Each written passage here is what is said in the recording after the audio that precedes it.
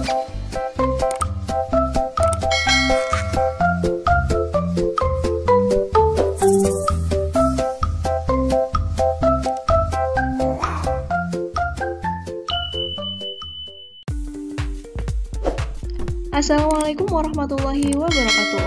Selamat datang di channel YouTube Putri Ardifa. Pada video sebelumnya, saya telah membahas untuk penilaian akhir semester genap untuk kelas 7. Nah, pada video kali ini, saya akan membahas penilaian akhir semester genap untuk kelas 8 pada pelajaran bahasa Inggris. Kurikulumnya tetap sama ya. Nanti di sini saya akan membahas materi yang menggunakan kurikulum 2013. Di sini nanti terdiri dari 40 latihan soal dengan bentuk soal pilihan ganda. Oke, langsung saja saya bahas untuk soal yang pertama. Untuk soal yang pertama, di sini ada tabel ya. Tabel ini kalian gunakan untuk menjawab soal nomor 1 sampai dengan nomor 5. Nah, di sini tabelnya tentang Rena's weekly schedule, yaitu jadwal mingguannya Rena. Kita langsung saja untuk pertanyaan yang pertama ya.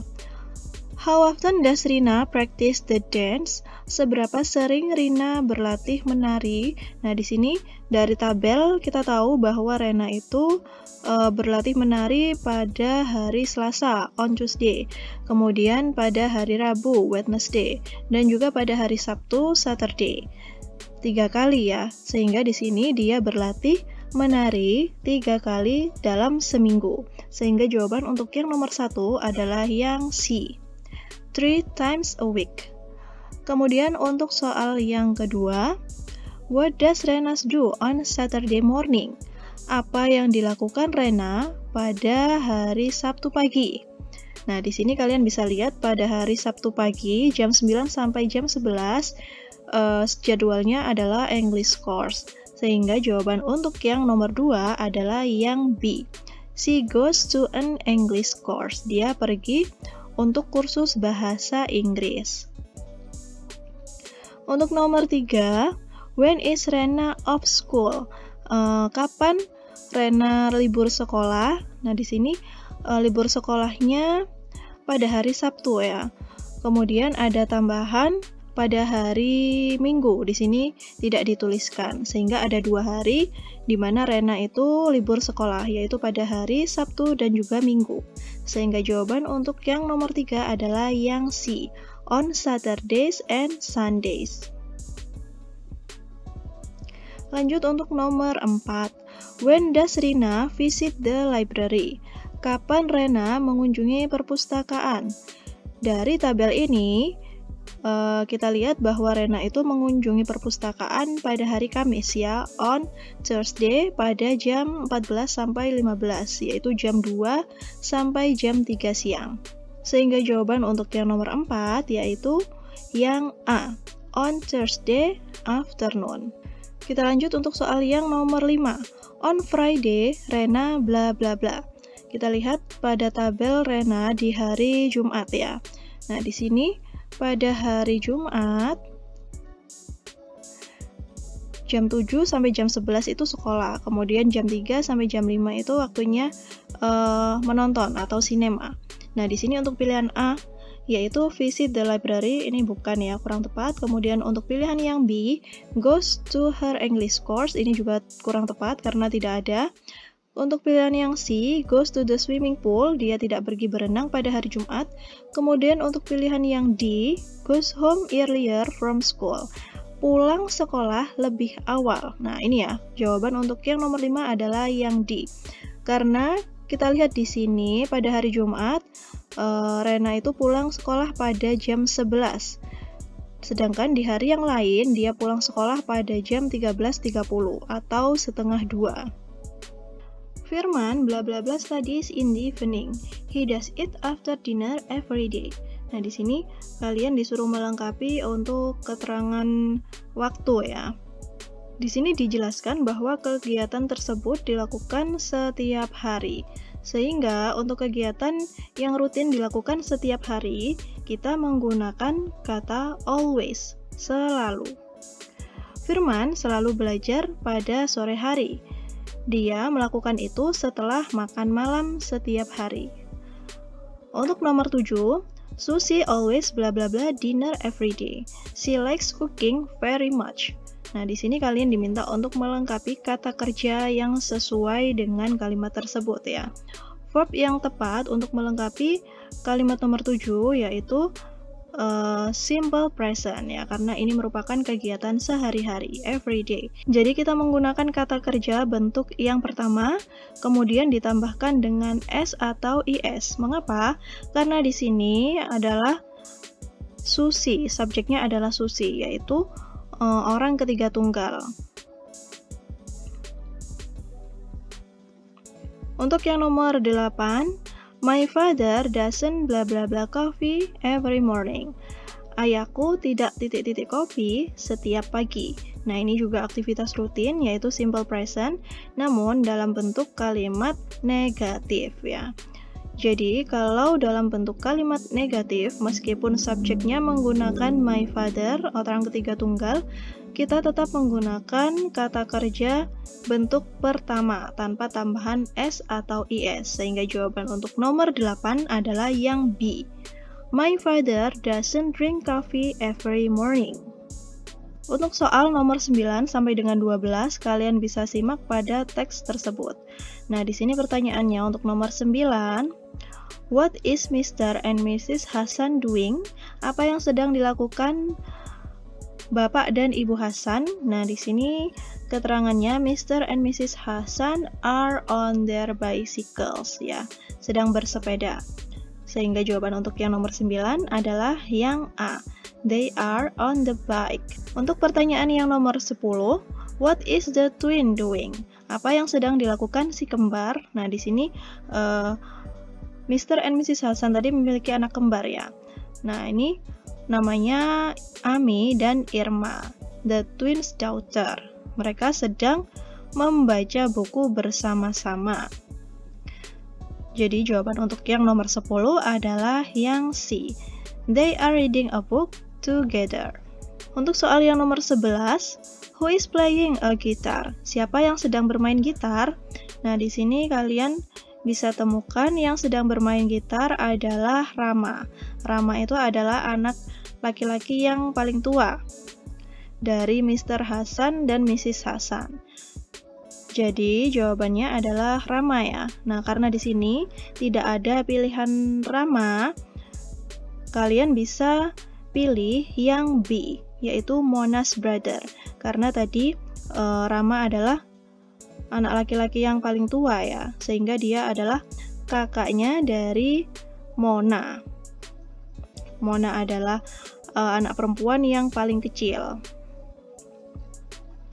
Untuk yang nomor 12, they are going to the market. Nah, kalian diminta untuk mengidentifikasi kata they ini menggantikan siapa. Kita lihat pada kalimatnya. They are going to the market, grocers. Nih, nah kita lihat di kalimat sebelumnya ya. Mereka ini menggantikan siapa, yaitu Mr. dan Mrs. Hasan. Sehingga jawaban untuk yang nomor 12 adalah yang C. Mr. and Mrs. Hasan pergi ke pasar. Untuk yang nomor 13, the girls bla bla bla about the new library in the school.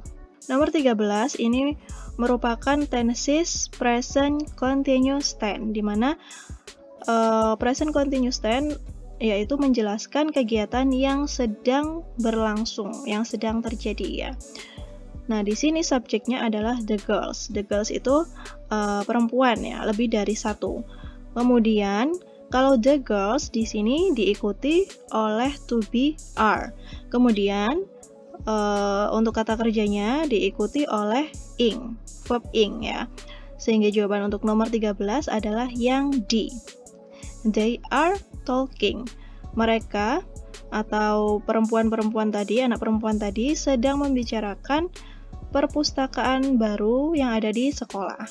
Untuk nomor 14, di sini ada dialog antara Indah dan Rino. Kalian diminta untuk melengkapi dialognya Indah. Who bla bla bla beside Mr. Stewart? Mr. Rudy in the new teacher.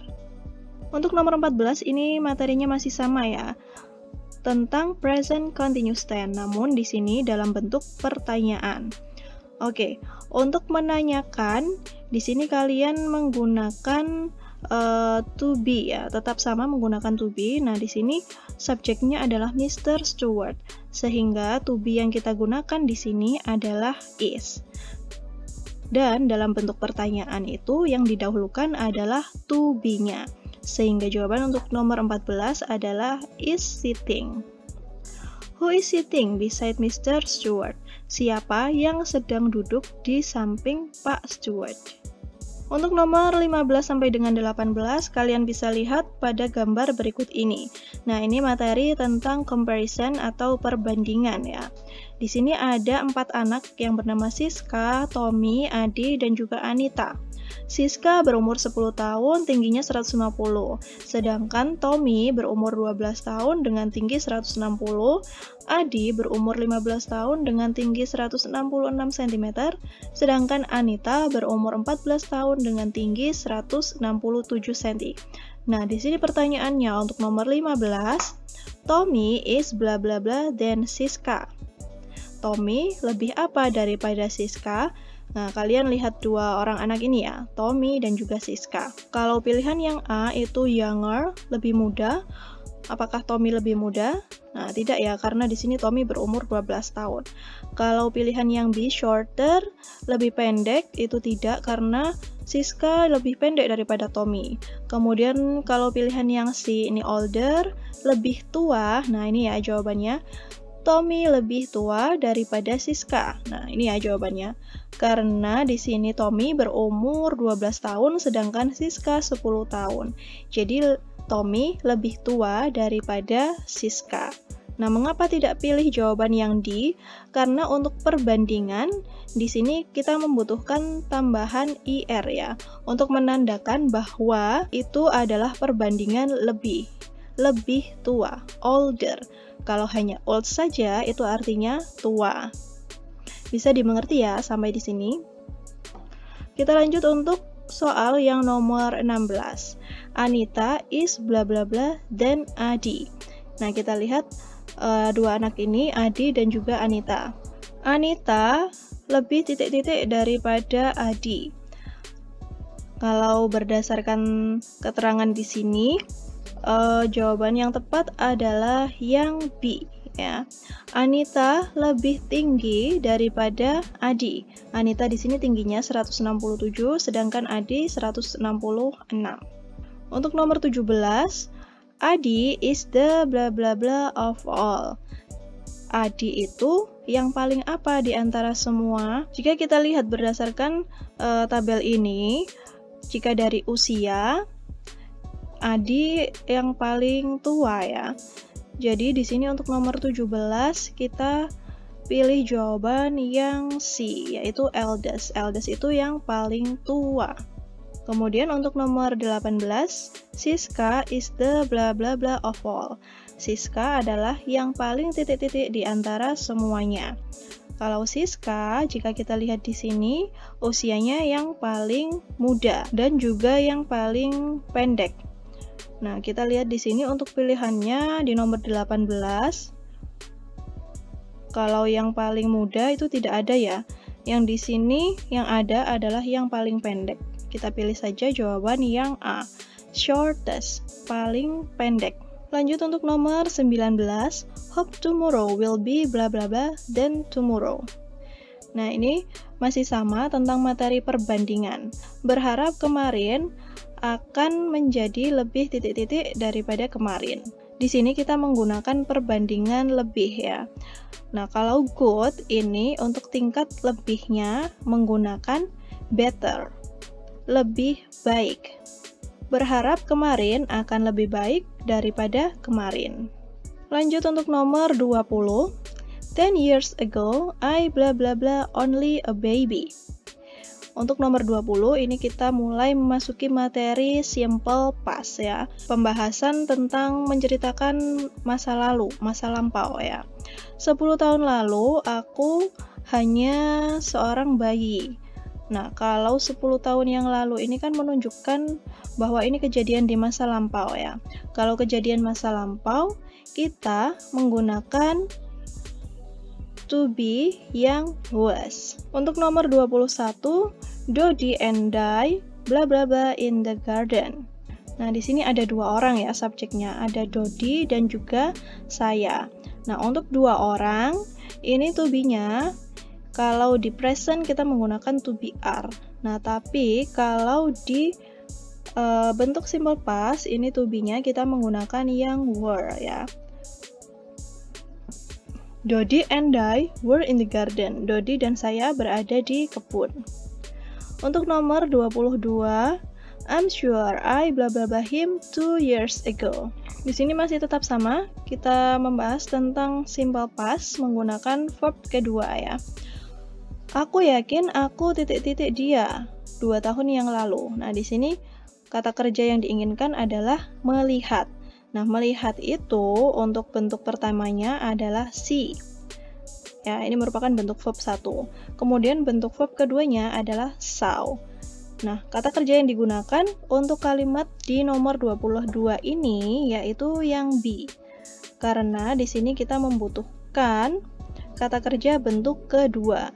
Karena di sini keterangannya adalah 2 years ago, 2 tahun yang lalu, kejadian yang sudah lampau. Untuk soal nomor 23, di sini kalian diminta untuk melengkapi dialog A dan B. Were you at the beach last weekend? Apakah kamu ada di pantai minggu lalu? Nah, di sini dia menjawab no. Kalau no di sini kita tinggal mengikuti saja ya. Karena di sini menggunakan subjek I. Jika di kalimat negatif, kita tinggal tambahkan saja was not. Yaitu jawaban yang B. No, I wasn't. Berikutnya untuk soal nomor 24 dan 25. Di sini ada dialog Susan dan juga Desi. Kalian diminta untuk melengkapi dialog tersebut. Nah, di sini Susan menanyakan, where were you at 10? I came to your class, but you weren't there. Di mana kamu pada jam 10? Aku datang ke kelasmu, tetapi kamu tidak berada di sana. When you blah blah blah to my class, I was blah blah blah my teacher carrying student book to the teacher at 10. Susan itu menanyakan di mana kamu pada jam 10. Nah, sudah lampau ya di sini. Jadi, untuk nomor 24 ini kita lengkapi dengan verb kedua. Di mana verb kedua dari kata come yaitu came. Pilihannya yaitu yang B. Sedangkan untuk nomor 25 di sini kita melengkapi dengan tense past continuous karena dia sedang melakukan aktivitasnya pada masa lampau. Nah, kalau continuous ini kita menggunakan verb ing ya. Di sini sudah ada to be untuk yang past yaitu was. Nah, di sini kita tinggal melengkapi menggunakan verb ing yaitu pada kata helping. Jadi, jika diartikan, ketika kamu datang ke kelasku, nah datangnya itu sudah lampau ya. I was helping my teacher carrying student book. Aku sedang membantu guruku membawa buku ke ruang guru. Seperti itu jawabannya. Untuk nomor 26 sampai nomor 30, di sini ada teks. Nah, kalian bisa baca ya. Saya langsung bacakan saja untuk soal yang nomor 26. The text above mainly discuss about bla bla bla. Nah, teks ini bercerita tentang apa? Kalau kita lihat di sini, penulis menceritakan tentang pengalamannya ya. Pengalamannya ketika pergi ke Jogja, kemudian mengunjungi Candi Prambanan, kemudian mengunjungi Jogja Kraton, Candi Borobudur, dan lain-lain. Sehingga di sini bisa kita simpulkan untuk jawaban yang nomor 26 yaitu yang A. The writer's trip to Yogyakarta. Perjalanan penulis ke Yogyakarta. Untuk nomor 27, what is the purpose of the text above? Purpose ini artinya tujuan ya. Tujuan dari teks itu adalah apa? Nah, di sini kalian harus tentukan dulu. Kalian harus tahu dulu ini jenis teks apa. Di sini teksnya ini menceritakan kembali pengalaman penulis. pengalaman di masa lampau ketika sedang pergi ke Jogja. Namanya adalah recount text. Untuk recount text tujuannya yaitu untuk menceritakan kembali pengalaman kepada si pembaca, atau bisa juga untuk memberikan informasi kepada si pembaca. Jadi untuk nomor 27 ini, jawaban yang tepat adalah yang A. To inform about Yogyakarta, untuk memberikan informasi mengenai Yogyakarta.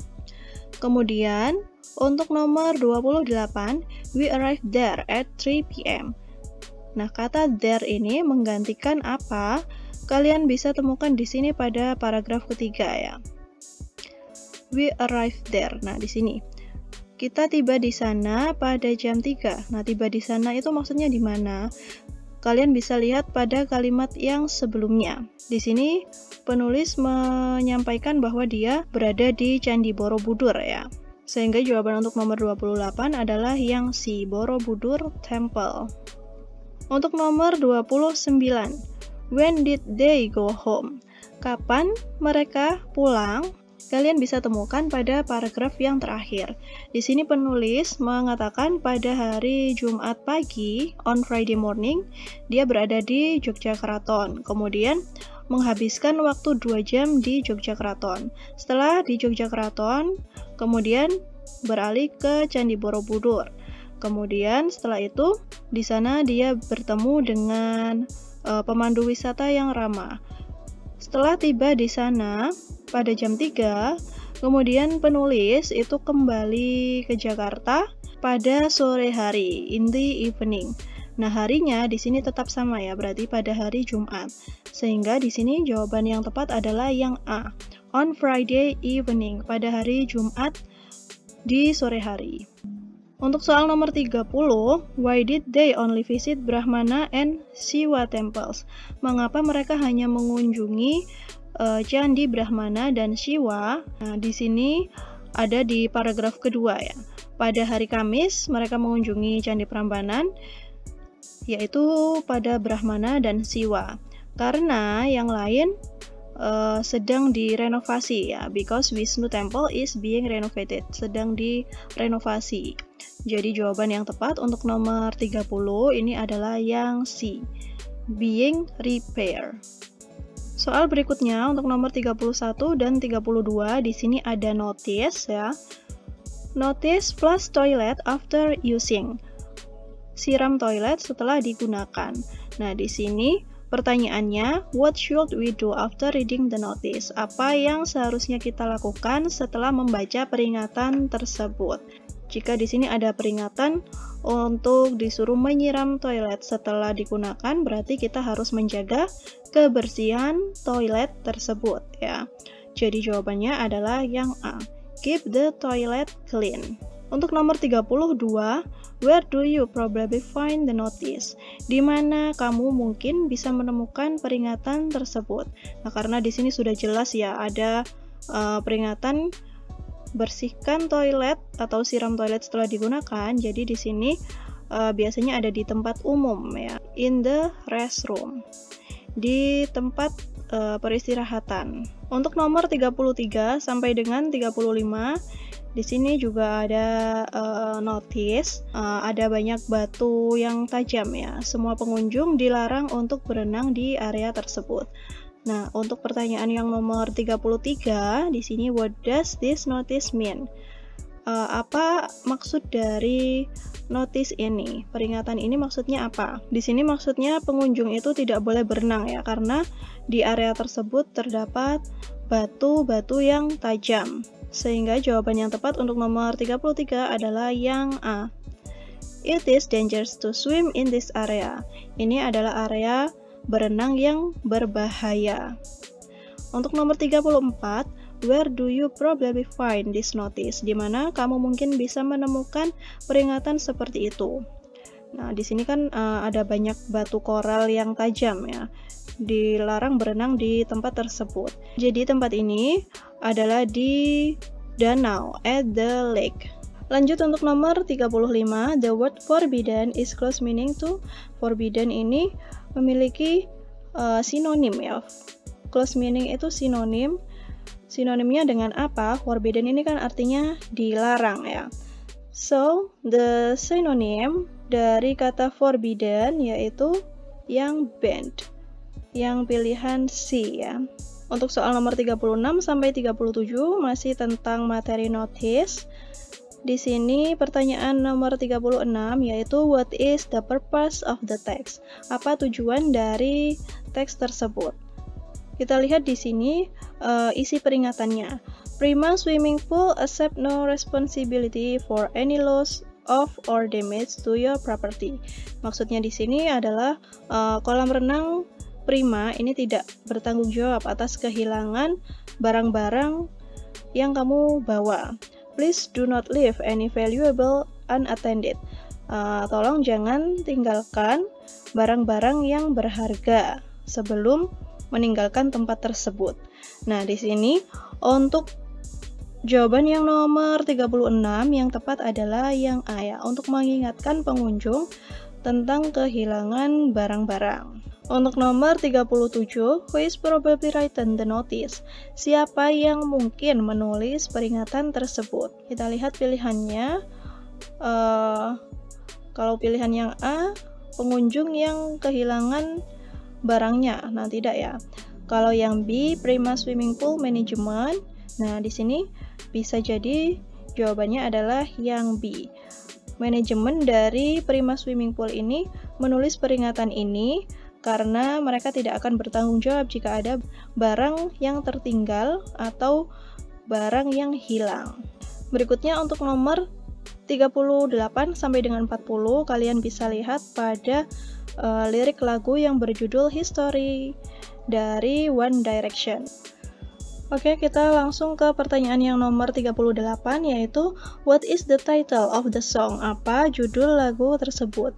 Nah, judulnya sudah jelas ya berada di atas ini, yaitu judulnya History. History itu artinya sejarah. Kemudian untuk nomor 39, who is sing a song? Siapa yang menyanyikan? Yang menyanyikan adalah One Direction, yaitu pilihan yang B. Berikutnya untuk nomor 40, di sini pertanyaannya adalah what is the song tells about? Lagu ini menceritakan tentang apa? Nah, kita lihat dulu ya isinya. Di sini kita bisa temukan jika lagu ini menceritakan tentang kekuatan ya.